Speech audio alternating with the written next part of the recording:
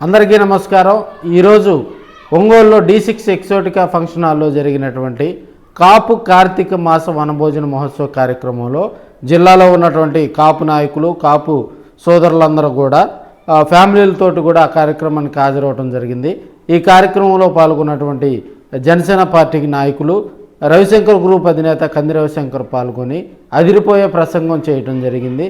అయితే తన ప్రసంగంలో ఎక్కడా కూడా రాజకీయాలకు తావు లేకుండా ఎంత ఎదిగినా కూడా ఒదిగి ఉండే లక్షణంతో ఉండేటువంటి క్లాస్ లీడర్ ప్రసంగం ఎలా ఉంటుందో ఈరోజు మీరు ఆ ప్రసంగాన్ని కూడా మనం వీక్షించవచ్చు। ఈరోజు ఇంత పెద్ద దానికి మనం ఈరోజు కార్యాచరణ చేశాము। ఈ కార్యాచరణలో ఈరోజు ఇంత సంజయ్ గారు చెప్పినప్పుడు జనార్దన్ గారు ఎంతో దాన్ని ఒప్పుకొని అన్ని రకాలుగా మీకు హెల్ప్ చేస్తామని చెప్పి జనార్దన్ గారు ఎన్నోసార్లు మాట ఇచ్చారు। ఎన్నో విధాలుగా కాపులందరికీ అండగా నిలబడతాము, రాబోయే రోజుల్లో మీకు ప్రతి ఒక్కటి చేస్తామని మాట ఇచ్చారు। ఆయన పాత కాలంలో మన కాపురాడికి సంబంధించిన కాపు భవనానికి కూడా అది ఆగిందని తన నోటితో తనే గుర్తు తెచ్చుకొని అని ఈ రోజు మనకు అది చేయాలని చెప్పి మీ అందరి ముందు సమక్షంగా ప్రమాణం చేశారు। గ్యారంటీగా చేస్తారు। ఆయన మంచి వ్యక్తి।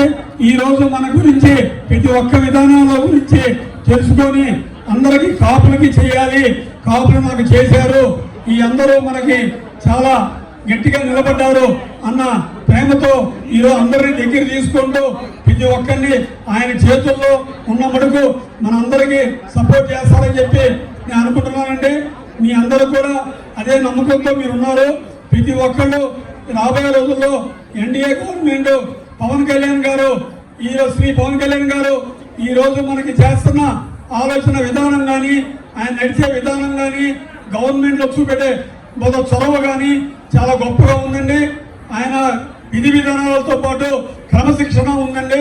అదే క్రమశిక్షణ ప్రకారం నడవాలని చెప్పి మీ అందరికీ నేను ఇంకొకసారి మనవం చేసుకుంటున్నాను। ఈ విన్నపం అనేది ప్రతి ఒక్కరు అర్థం చేసుకోవాలండి। మనం ఒకరిని విమర్శించే ముందు మనం తెలుసుకోవాల్సిన బాధ్యత ఉంది। ఎవరు వ్యక్తిగతంగా విమర్శలు అనేది వద్దు, కానీ పార్టీ వైజ్గా దాని వైజ్గా మాట్లాడండి మీరు।